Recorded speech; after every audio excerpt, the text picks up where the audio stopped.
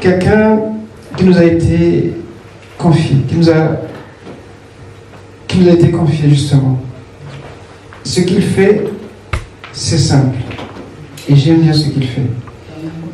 Je vais lire ce qu'il fait pour nous. Amen. Mais quand le consolateur, l'Esprit Saint, que le Père enverra en mon nom, vous enseignera toutes choses et vous rappellera tout ce que je vous ai dit. J'aime particulièrement ce que le Saint-Esprit fait. Il nous parle de Jésus. Il nous parle de la réalité du ciel. Ce n'est pas l'esprit du monde, mais il vient d'en haut. Pour nous parler des choses d'en haut. Alléluia. Et c'est pour lui que j'aimerais qu'on puisse acclamer.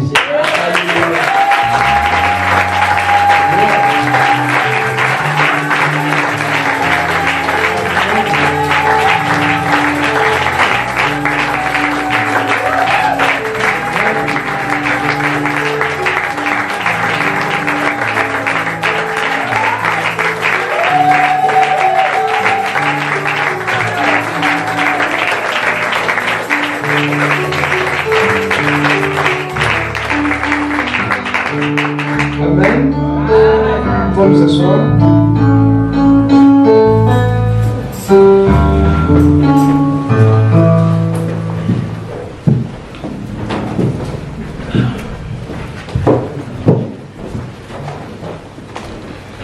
Demande au Seigneur de rendre ces paroles vivantes et réelles dans ton cœur. Pour que tu puisses vivre, que tu puisses adorer, que tu puisses louer le Seigneur ayant cette réalité en toi. Amen. Amen. Jésus a dit que mes paroles sont esprit et vie. Ça veut dire que quelqu'un peut lire la Bible comme un livre d'histoire. Il sera l'histoire d'un peuple qui était esclave en Égypte, qui est sorti par des miracles et qui a traversé le désert jusqu'à se trouver en terre promise. Mais cette façon de lire n'a aucune vie en soi, n'a aucune puissance en soi. Mais par le Saint-Esprit, cette parole prend vie. Cette parole, quand tu la lis, te délivre. Cette parole, quand tu la lis, te guérit, te bénit, te transforme et te donne la vie éternelle. Amen. Et cela, c'est par l'absence du Saint-Esprit. Alors, j'aimerais qu'il nous parle des choses célestes. Je disais au premier service sur le prix céleste. J'aimerais continuer sur le prix céleste. Parce que les autres nous parlent souvent et encore plus des choses d'en haut. Amen. Parfois, la vie peut être monotone à un certain moment. On a l'habitude de voir les mêmes choses. Mais quand elle vient d'en haut, ça change. Ça donne un autre éclat à notre foi et à notre vie de prière. Amen. Le passage qu'on a lu ce matin, c'était dans Philippiens 3, 12 à 14. Philippiens 3, 12 à 14.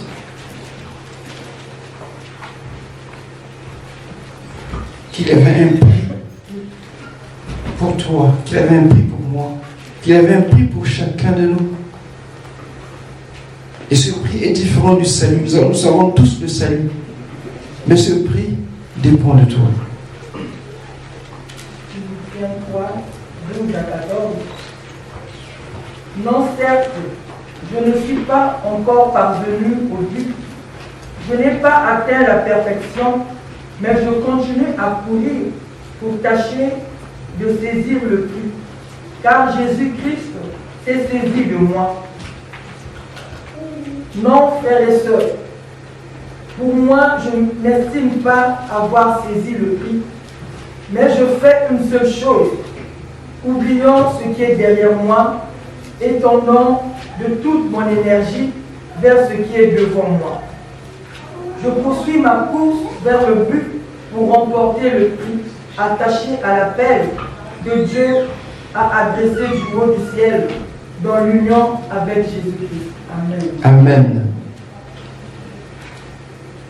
La version courante que nous avons dit ceci. Ce n'est pas que j'ai déjà remporté le prix. On peut dire, mais comment ça? Paul, toi qui as la plus grande révélation, mais comment tu n'as pas remporté le prix? Ou que j'ai déjà atteint la perfection. On peut se demander, mais comment si Paul n'arrive pas, alors qu'il arrivera? Bien aimé, je dis que toi tu arriveras. Alléluia. Amen. Oui, tu arriveras. Laisse-moi croire à ta place. Amen. Amen. Amen. Paul est assez humble pour reconnaître que ce n'est pas quelque chose qui est fait d'avance comme le salut, mais ça demande sa participation, comme toi et moi aujourd'hui. Mais je cours pour tâcher de le saisir, c'est-à-dire le prix, puisque moi aussi j'ai été saisi par Jésus-Christ. Nous étions tous quelque part assis, quelque part on vivait, quelque part on faisait je ne sais pas quoi, et on a reçu l'appel, on a écouté le message, la voix du Seigneur qui nous a appelés, qui nous a fait sortir de cet état. Et quand nous avons répondu présent, Jésus continue de marcher.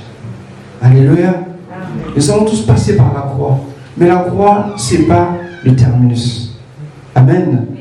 La croix, c'est un passage. Le terminus ici, c'est Jésus. Nous devons toucher, atteindre Jésus. Le prix, c'est Jésus. Et ce que Paul dit, il m'a touché, il m'a saisi. Moi aussi, je dois le saisir. Ça veut dire que tu dois avoir soif de Jésus. Ah, qui a soif de Jésus? Qui a faim de Jésus? Ta motivation, c'est cette soif, cette faim de Jésus. Tu ne peux pas rester comme ça, indifférent. Quand on a faim, on mange. Quand on a soif, on boit. Alléluia. Quand on a faim et soif de Jésus, on vient dans sa présence. On cherche sa présence. On veut que Dieu nous touche davantage. Et ce que disait que Paul, quoique en prison, il dit je cours. Mais comment ça tu cours? Tu es en prison, Paul. Je te rappelle. Tu ne peux pas courir. Alléluia. Mais lui, il court. Ça veut dire que notre vie spirituelle, bien aimée, ne dépend pas des circonstances. Non. Excellent intérieur, peu importe. Notre vie spirituelle est avant tout une vie spirituelle. L'esprit n'est pas limité par les murs, ni par les obstacles autour.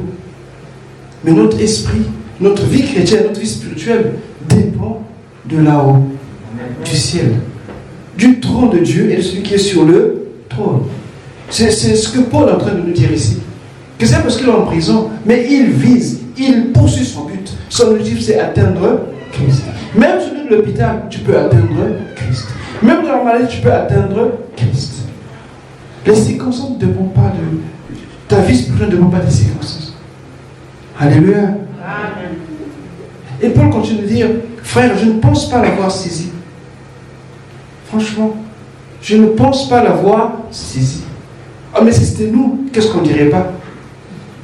Toi qui as eu la plus grande révélation, qui a vu Jésus, qui a fait des tas de choses, tu dis qu'il ne l'a pas encore reçu. Oui. Et il dit la vérité, il ne l'a pas encore reçu. Parce que ce prix, Dieu l'a gardé pour toi, Dieu l'a gardé pour moi. Il n'y a pas que Paul arrive le premier. Non, on va arriver tous ensemble. Du moins, si tu aimes Jésus. Amen. Alléluia. Amen. Pourtant, il dit, je fais une chose, oublions ce qui est en arrière et me portant vers ce qui est en avant. Mais la vie chrétienne, c'est un mouvement. C'est quelque chose qui est en perpétuel mouvement. Tu as reçu Jésus, tu t'assois. Non, tu n'as rien. C'est une course. C'est comme l'image d'un athlète qui se prépare pour une compétition.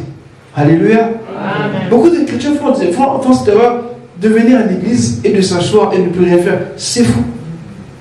même au travail, même en marchant, même la nuit, bien aimé, tu peux courir. Parce que c'est l'esprit. C'est pas la chair, c'est pas le corps physique, mais c'est spirituel. Paul dit, oublions ce qui est en arrière et me portons vers ce qui est en avant. Tu as vécu des bonnes choses avant, ça s'est passé. Ça reviendra jamais. Cherche de nouvelles expériences. Même si ils peuvent te servir, mais sache une chose que ça fait son temps. Alléluia. Amen. Ne regarde pas ce qui s'est passé. Si avant tu faisais, ok, mais aujourd'hui, qu'est-ce que tu fais? Où es-tu en ce moment? À quel niveau te trouves-tu? Tu dois continuer de courir. Parfois même en courant, en marchant, en continuant, parfois il ne se passe rien. Mais une chose c'est que tu es en train d'avancer. Alléluia. Amen. Et ça c'est important, bien aimé. Un jour je parlais avec le pasteur se parlant en langue. Il me dit, mais tiens, on parle à évoluer. Non, à changer. Avant, je parlais comme ça, mais là, depuis un moment où je parle, je dis, mais c'est normal, ça doit changer. Alléluia. Amen. Il y a des choses qui doivent changer. Tu peux rester sur un acquis, ok, mais ça risque de te perturber à ton tour. Parce que ça risque d'être pour toi une zone de confort, et c'est dangereux. Avec l'Esprit de Dieu, il n'y a jamais de zone de confort. Tu peux être dans un moment où tout va bien, un moment où tout va mal. Alléluia. Mais pourtant tu avances. Tu ne t'en rends pas compte. Ne dis pas que j'avance parce que je me sens bien, je suis bien, je suis bien. Non. Même quand tu es mal, tu avances. C'est ça la vie chrétienne. Ce n'est pas la vie religieuse. C'est différent. La religion te dit fais ceci, chaque fois, tu verras, ça va aller. Non. La vie chrétienne, tu peux te trouver dans la prison. On ne dit pas amen. Amen. Je vous dis la vérité. Vous savez, j'ai bien raconté cette anecdote, mais c'est vrai, hein, c'est passé en Angleterre. Il y a une église qui cherchait un pasteur. Excusez-moi. Qui peut me trouver les références de Paul quand il fait son témoignage concernant ce qu'il subissait en tant qu'apôtre? Je crois que c'est dans 2 Corinthiens, je pense. Cette histoire est vraie, ce que je vais vous raconter. Il faut que je sois d'avoir la référence.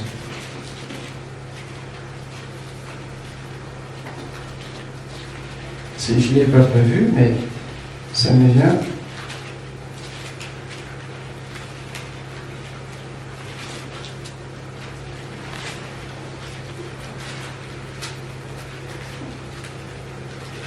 Si ce n'est pas Corinthien, donc ça doit être dans Philippiens, là où je suis. Alors Paul dit que j'étais en prison, que j'étais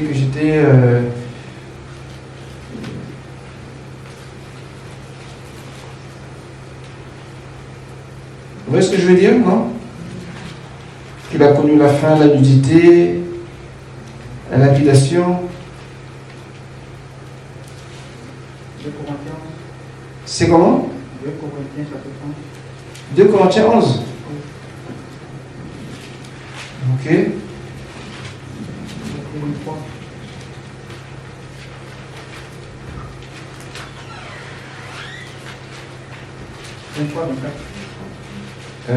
Combien?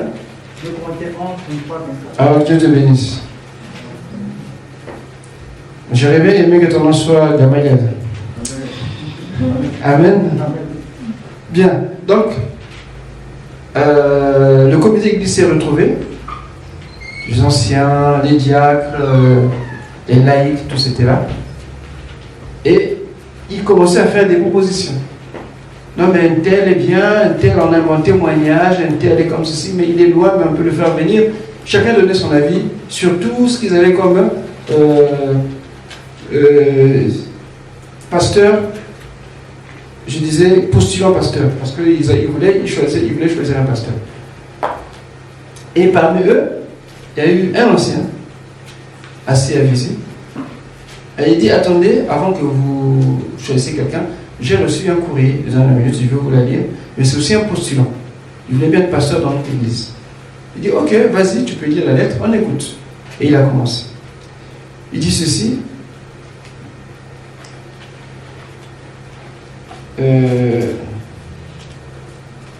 Il Il dit, je suis pasteur d'une église. J'ai construit beaucoup d'églises. En Macédoine, en Crète, partout où je suis passé, j'ai laissé beaucoup d'églises. Mais en ce qui me concerne,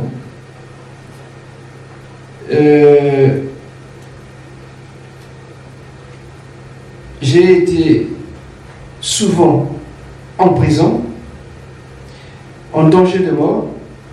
5 fois j'ai reçu des juifs 40 coups moins 1. 3 fois j'ai été battu de verge. 1 fois j'ai été lapidé. 3 fois j'ai fait naufrage. J'ai passé un jour et une nuit dans l'abîme. Fréquemment en voyage, j'ai été en péril sous le fleuve, en péril de la part des brigands, en péril de la part de ceux de ma nation, en péril de la part des païens, en péril dans les villes, en péril dans les déserts, en péril sur la mer, en péril parmi les faux frères. J'étais dans le travail et dans la peine, exposé à de nombreuses veilles, à la faim, à la soif, à des jeûnes multipliés, au froid, à la nudité. Et quand il a fini, il s'est arrêté. Tout le monde a dit, cet homme-là, on n'en veut pas comme pasteur. Comment ça? Tout ce qu'il a dit là, vous croyez que c'est un homme correct? Il doit avoir des problèmes avec Dieu. Ou il est juste des hommes. Alléluia. Elle dit non, un homme comme ça là, nous, c'est dangereux pour l'Église. Et c'est tous d'accord. Et cet ancien dit d'accord, ouvrez tous vos Bibles, lisez, comme le frère de nous le passage. Il dit, mais c'est Paul. Et oui, justement, c'est Paul. Et parce que les gens veulent impressionner, ils veulent qu'on vienne lire des choses. Non, bien aimé, quand tu es dans le Seigneur, tout peut t'arriver. Alléluia. Mais cependant, tu avances. Ce que Paul dit, ça c'était dans ce qu'il était avant. Même si tu es en prison, Paul continue toujours d'avancer. Alléluia. Amen. Mais nous, si on nous donne un pédigré comme ça là, vous croyez qu'on va accepter ça? On va dire non. Fermez la porte avant qu'il rentre. Alléluia. Amen.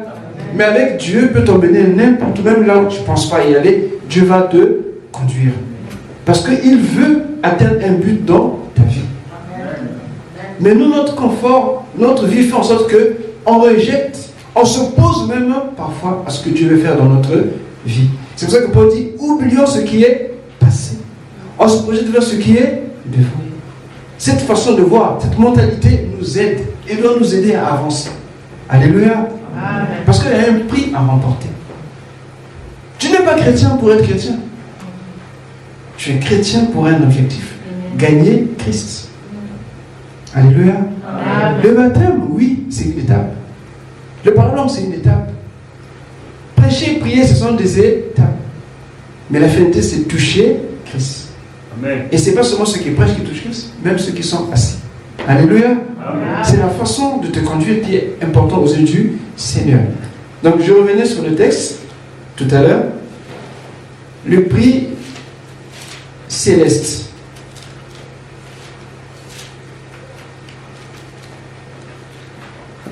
Et le prix céleste va nous ouvrir sur un autre prix. Donc il dit, verset 14, je cours vers le but pour remporter le prix de la vocation céleste de Dieu en Jésus-Christ. Voilà ce que Paul dit. Voilà ce qu'il déclare. Et ce n'est pas pour lui, pour toi et pour moi également. Parce que certains sont sauvés, mais ils iront au ciel sans récompense. Et c'est dommage. C'est la vérité. Alors que Dieu a prévu des récompenses pour chacun d'eux. Je dit que je m'en vais préparer demain parce que dans le Père, il y a plusieurs demain. Il y a plusieurs récompenses. Tous les chrétiens du monde, il y en a pour tout le monde. Un exemple de récompense. Dans la Bible, quand on parle de récompense, on parle des couronnes. Vous savez pourquoi? Parce que les 24 vieillards autour du trône, qu'est-ce qu'ils faisaient pour adorer? Ils jetaient leur... Alléluia. Donc quand tu seras devant Jésus, que vas-tu présenter? Ce n'est pas tes habits. Alléluia. Ce n'est pas tes mèches, ni ton costume, mais c'est ta couronne. Mais je l'aurai comment? C'est justement, ayant le prix céleste, tu auras une couronne que tu vas adorer le Seigneur. Pour nous, ça paraît un peu flou. Ce n'est pas une réalité de tous les jours. Parler comme ça, on a un peu du mal. Et c'est vrai que dans la Bible, on ne décrit pas vraiment le ciel. Parce que il n'y a aucun mot, aucun langage terrestre ne peut expliquer les réalités célestes. C'est pas possible. Jésus parlait souvent des paraboles. Pourquoi? Parce qu'il essayait d'amener les gens à comprendre cette réalité. Mais par la foi, c'est facile. Amen. Amen. Parce que moi, je crois. Et je sais que c'est la vérité. Amen. Amen. Donc, le prix céleste, je parlais de quelques couronnes, quelques exemples de couronnes qu'on a vues. Il y a des couronnes incorruptibles, les couronnes de justice, les couronnes de vie, les couronnes de gloire et aussi les couronnes des gagneurs d'âme. On ne dit pas le nom, mais quand on lit 1 Thessaloniciens 2, verset 19, Paul pose la question. On suppose que tous ceux qui gagnent des âmes, ils auront des couronnes. Amen. Amen. Combien as-tu gagné d'âmes? Alléluia.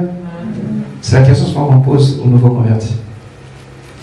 Quand tu viens au Seigneur, quand tu as ce zèle de témoigner, tu veux pas du tout de toi, ne te retiens pas. Parce que les âmes que tu amènes au Seigneur te seront comptées pour des couronnes. Alléluia. Amen. Donc il faut qu'on parte à la pêche. Amen. Amen. Donc voilà ce que Paul nous dit. Mais je disais tantôt que le prix céleste nous emmène à la 7e trompette. Je vais en faire une parenthèse. Dans la Bible, on nous parle souvent des trônes. Mais il y a 3 trônes qui reviennent souvent. Apocalypse 22, verset 1. C'est le trône de Dieu et de l'agneau. Il n'y a pas de trône. Amen. Amen. Mais c'est le trône de Dieu et de l'agneau. Apocalypse 22, verset 1. Il monta un fleuve d'eau vive, d'eau de la vie, excusez-moi, il monta un fleuve d'eau de la vie, limpide comme du cristal qui sortait du trône de Dieu et de la vie. Amen. Donc, au ciel, il y a un trône.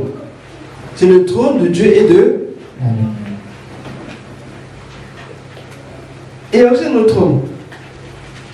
Ce qu'on appelle le trône blanc.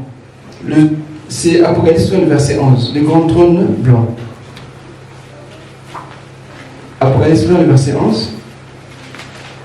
Puis je vis un grand trône blanc, et celui qui était assis la terre et le ciel s'enfuyaient devant sa face. Il ne fut plus trouvé de place pour eux. Amen.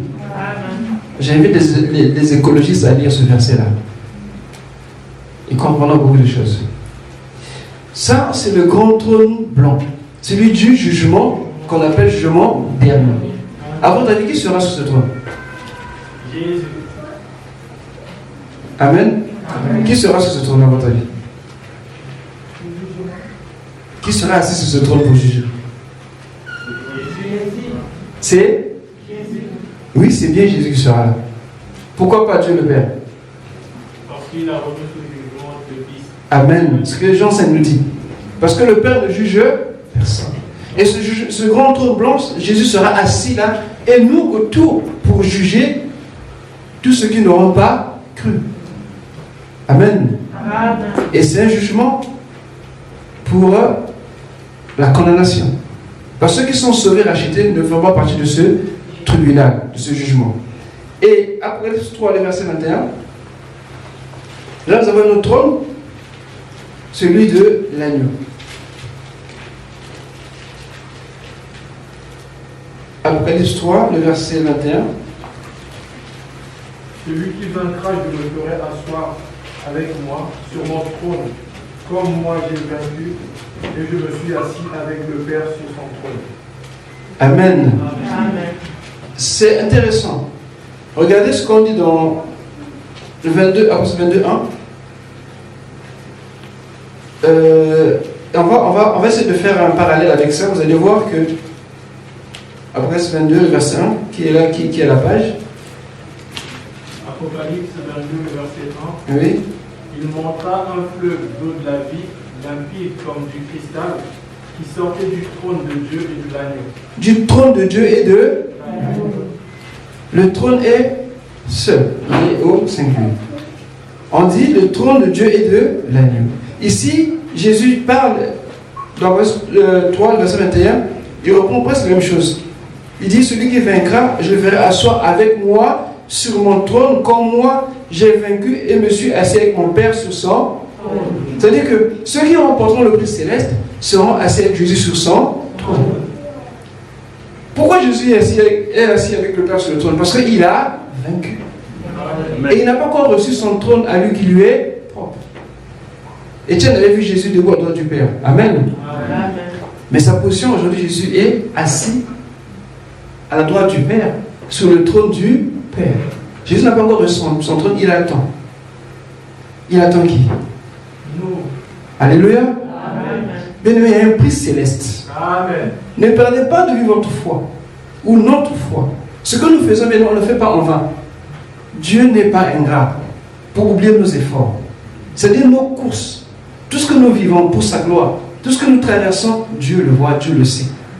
Alléluia. Amen. Il faut donner du piment, du piquant à votre foi. Ce n'est pas des histoires, ce n'est pas des fables, mais c'est la réalité. Amen. Il y a un prix attaché à ton appel. Amen. Parce que Paul qui est en prison, il dit il court. Mais nous qui sommes libres, on devait dire qu'on accélérait. Alléluia. Amen. Lui il court, et nous qu'est-ce qu'on fait? On s'assoit? Non. Et Apocalypse 20, 22, 1, on l'a lu. 3, 21, on l'a lu. Et pourquoi je dis ça? Parce que ici, on est au ciel. Il s'agit là de la 7e trompette. Apocalypse 20, non, 11, le verset 15.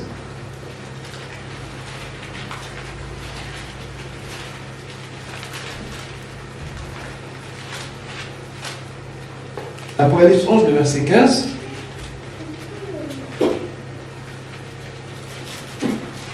Le 7e ange sonna de la trompette, lu dans le ciel, de forte voix, qui disait, le royaume des cieux, le royaume du monde est remis à notre Seigneur, à son Christ.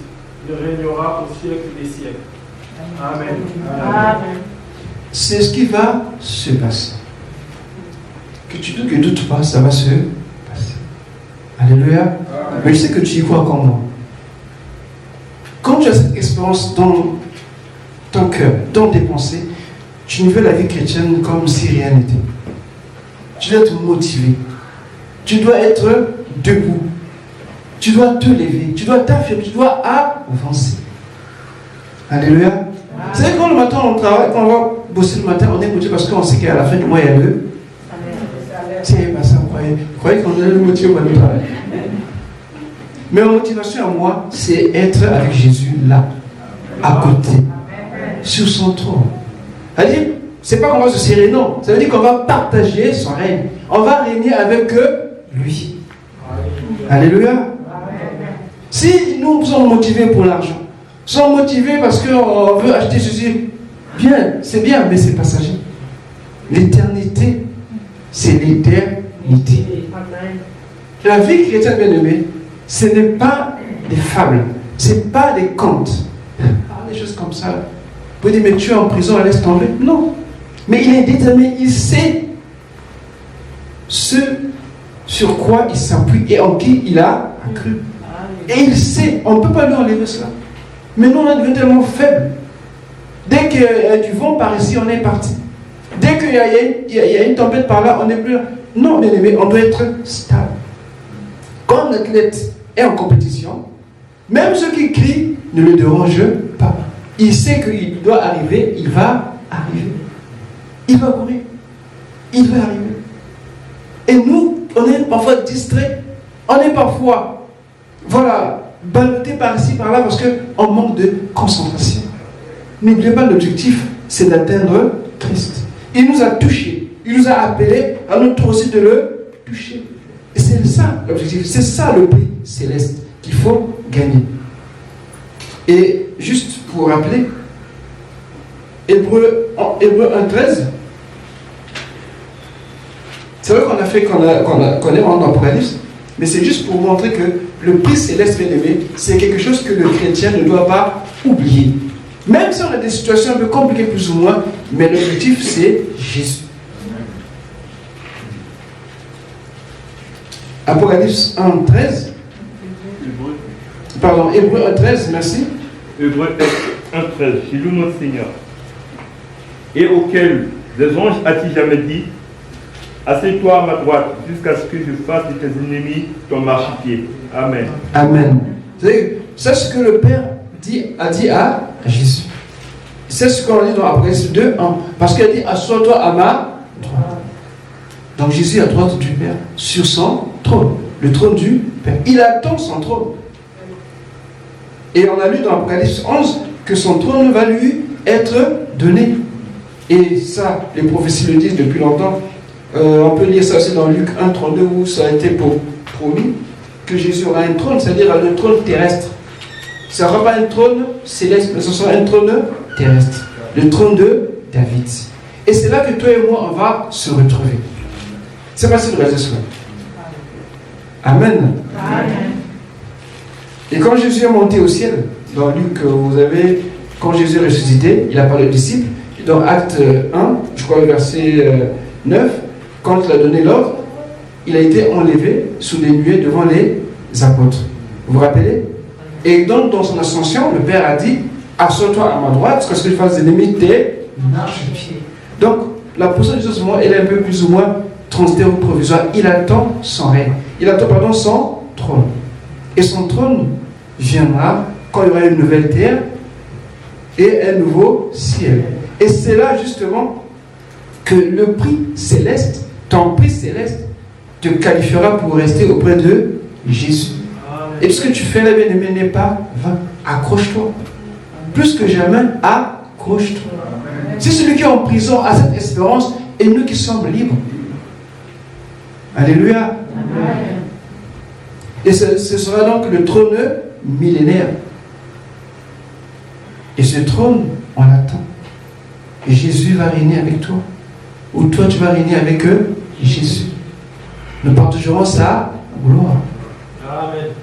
Et à cela, bien aimé, il y a un prix. Il y en a qui seront sauvés, mais qui n'auront pas ce privilège.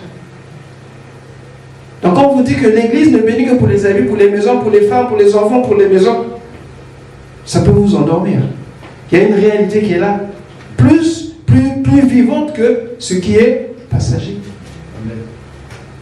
Nous devons atteindre Christ. Nous devons toucher Jésus. Donc, je reviens sur le prix céleste. Je parlais de 4 faits concernant ce prix. Le premier fait est que le prix céleste n'est pas reçu automatiquement. Ça ne vient pas comme ça. C'est une lutte. C'est une détermination. Tu dois être déterminé. Ta vie chrétienne, ce n'est pas une vie qui doit être comme ça. Alléluia. Tu as un objectif. Et cela part des lieux de consécration. Amen. Et de sanctification. Plus que tu es consacré à Dieu, plus tu te sanctifies. Amen. C'est-à-dire, tu donnes beaucoup à Dieu, ton temps, ton énergie, ta force, tes moyens, tout ce que tu as. Tu le mets avec le Seigneur et plus tu te donneras du monde. Mais quand tu donnes moins à Dieu, ce qui manque, c'est le monde qui va combler.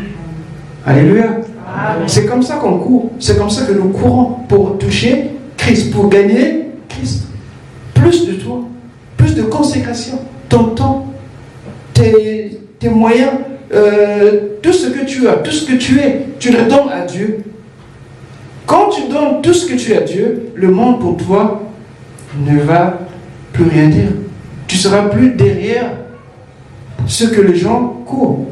Alléluia. Ce que les gens recherchent. Toi, ce sera Jésus. Et tu verras qu'avec cette façon de vivre ou de voir, ta vie de prière ou ta vie spirituelle bien-aimée ne pourra jamais manquer ou être une vie de pénurie. Au contraire, une vie en abondance. Amen. Tu auras toujours besoin de Jésus et Jésus va se révéler à toi. Amen.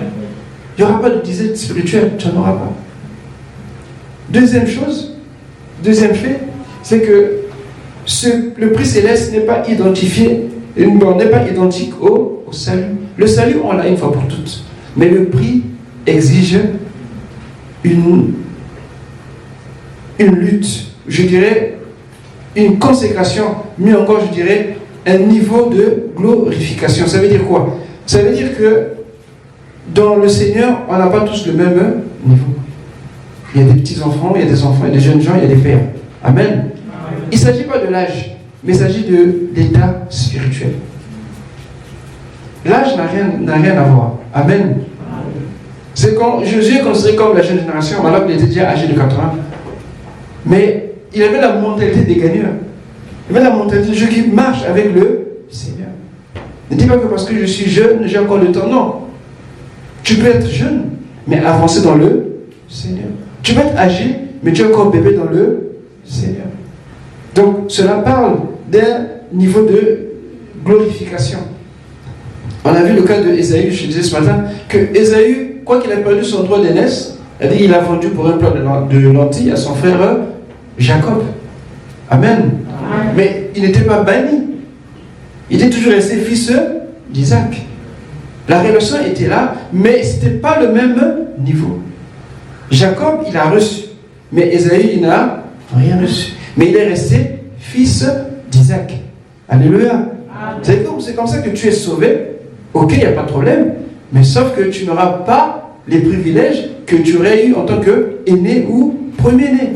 C'est comme ça dans le Seigneur. Donc ce prix, c'est pareil. Tu es sauvé, mais à ton tour de fructifier ce prix, cet appel que tu as reçu, en faisant quoi? C'est en le servant. Amen. C'est 1 Jean 2, 13 à 14 qui nous parle de cela. Des enfants, des jeunes gens, des pères. On ne met pas trop mère, mais comprenez que c'est pareil. Amen. Et le troisième fait, c'est que le prix céleste est accordé selon la fidélité. Dieu aime ceux qui sont fidèles. L'une des choses que Dieu recommande, qu'il recherche, c'est la fidélité. Est-ce que tu es fidèle? Amen. Ou tu es fidèle pendant 1 mois? Ou bien pendant 1 an? Ou tu calcules? Ou tu comptes? Dieu aime ceux qui sont fidèles à vie. Parce que dans sa nature, Dieu est fidèle. C'est pour ça que servir le Seigneur, après tu te décourages. Après tu es ailleurs. Après tu fais plus que tu faisais bien aimé. Non. Dieu aime la fidélité. Même ce que tu fais est insignifiant aux yeux des hommes, mais devant Dieu c'est énorme. Parce que c'est cette base-là que Dieu va te récompenser. Alléluia. La récompense existe, les couronnes sont là. C'est pour nous les couronnes. Il faut bien comprendre ces couronnes, non? Mais sur quelle base? Je vais à l'église, je suis sauvé, je m'assois. Oui, c'est bien, tu es sauvé. Sans plus rien.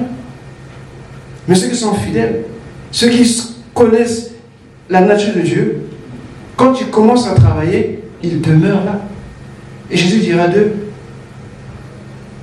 bon et fidèle serviteur. Alors, vous savez, aujourd'hui les Jeux Olympiques, c'est vrai qu'on les voit à la télé, mais avant c'était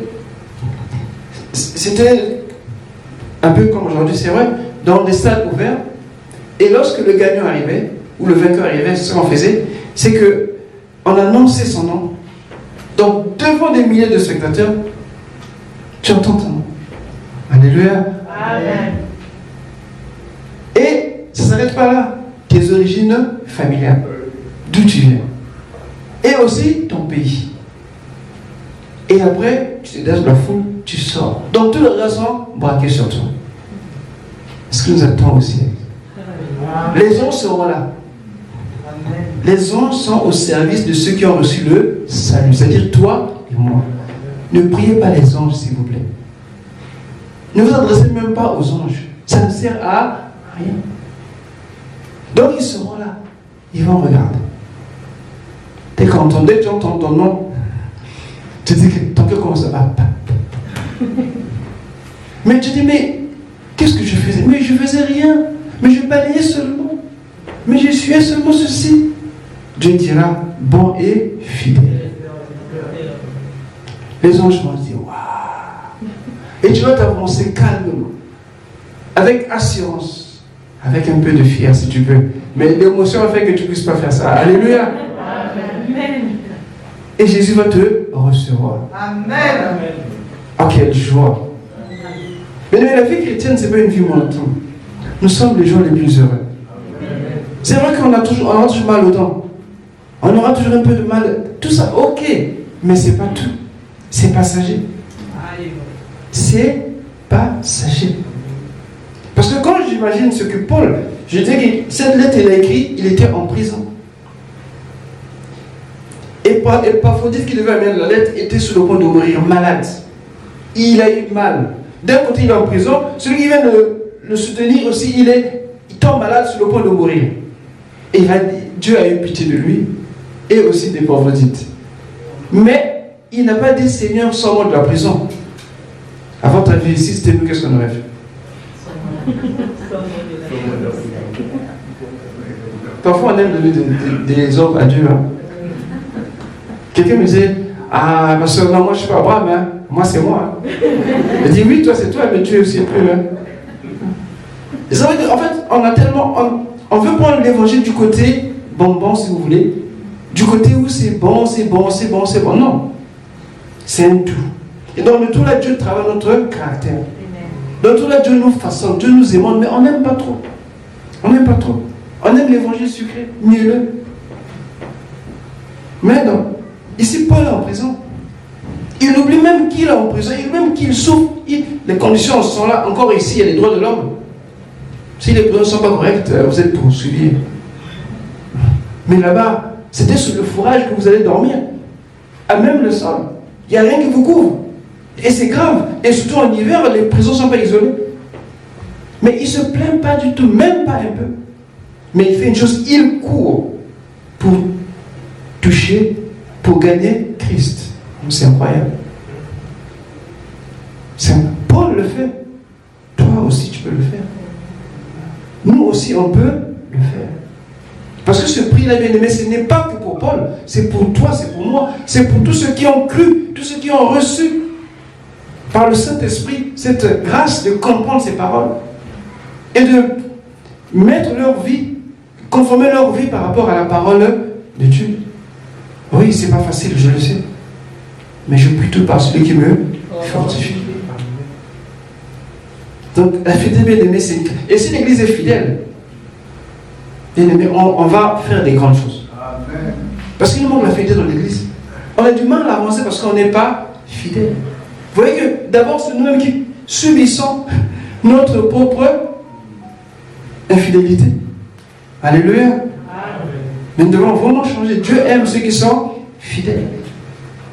Et le quatrième point, ce que je disais que le prix céleste n'est pas remporté par des efforts humains ou terrestres, encore l'exemple de Paul qui est là en prison, mais c'est la capacité que Dieu nous donne d'être conduit par le Saint-Esprit. Est-ce que tu écoutes la voix du Saint-Esprit? Comment l'écoutes-tu? Comment c'est souvent que dans les bonnes conditions, c'est difficile. Un peu comme Élie. Élie, il a dû avoir Dieu dans le feu, dans l'action, dans la puissance. Quand Dieu apparaît dans un murmure, il ne comprenait plus rien. Il avait l'impression qu'il entendait du chinois. Mais Dieu a dit non, c'est bien moi. Tu me vois dans le feu, dans le feu, dans le feu, mais attends, je suis doux et humble de cœur. Alléluia. Et les gens sont. Quand tu parles de Dieu, puissant, puissant, puissant, puissant, fire, fire. Et calme-toi. Dieu est miséricordieux, il est compatissant. Mais c'est aussi un feu dévorant. Si tu regardes seulement sur le côté de Dieu, tu es perdu. Mais Dieu nous façonne au travers toutes ces images qu'il nous donne de lui, que nous devons comprendre que nous ne devons pas être des gens comme rigides, mais nous devons être assez souples comme le roseau. Amen. Écoutez la voix de Dieu, prier, lire la parole, méditer, venir aux enseignements, ça va exercer ton esprit à écouter la voix de Dieu. Même là où tu dis que c'est pas ça, Dieu peut dire que oui, c'est ça, tu peux aller. Je me dis, mais c'est pas possible. Et quand tu irais, je me dis, ah, mais tu avais raison. Alléluia. Ça vous est jamais arrivé. Moi, ça m'est arrivé beaucoup de fois. Humainement, avec mes intelligences, je me dis que mais ça ne peut pas se faire. Mais je sens en moi cette pulsion qui me dit, va, dis, fais. Et après, ça marche. Je dis au Seigneur, pardon, je vais être incrédule. Mais c'est comme ça. Et on apprend. Donc, il y a des gens parfois que Dieu touche, fait ceci, mais il se bat. Est-ce que c'est vraiment Dieu? Est-ce que je dois vraiment le faire? Il n'y a que moi qui dois le faire.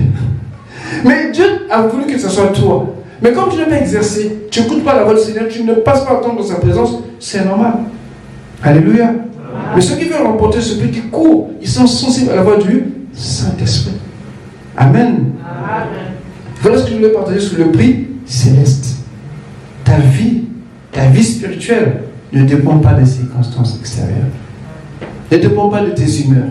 Ne dépend pas de ta condition. Mais ça dépend seulement du ciel, du trône et celui qui est sur le trône. C'est là le prix. C'est là l'objectif. Ce que nous sommes en train de faire ici, c'est pour nous exercer à atteindre Christ, à connaître Christ. Parce qu'on ne le connaît pas vraiment. On t'attend. Mais ce qui est sûr, c'est qu'on continue d'avancer. Et on peut compter sur sa grâce. Amen. Amen. On va baisser nos têtes pour remercier le Seigneur pour sa parole. Et pendant que nous nous inclinons, si parmi nous, quelqu'un n'a pas reçu Jésus comme Seigneur et Sauveur, tu ne l'as pas encore invité dans ta vie, j'aimerais le faire avec toi. Que Christ rentre dans ta vie réellement. Parce que tu peux remporter le prix sans le salut. Tout commence par le salut.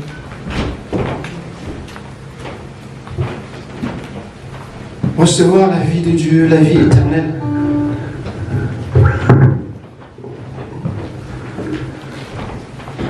C'est ce que Dieu demande avant tout. Et ensuite, tu pourras concourir au prix de la vocation céleste. Alléluia.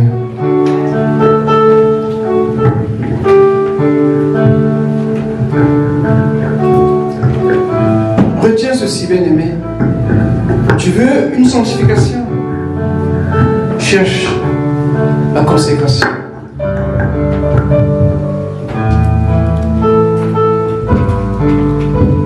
Tu veux la maturité? Cherche à connaître Jésus.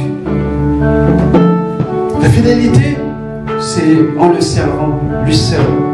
Tu ne sers pas un homme à l'église, mais tu sers Jésus. Et laisse-toi conduire par le Saint-Esprit.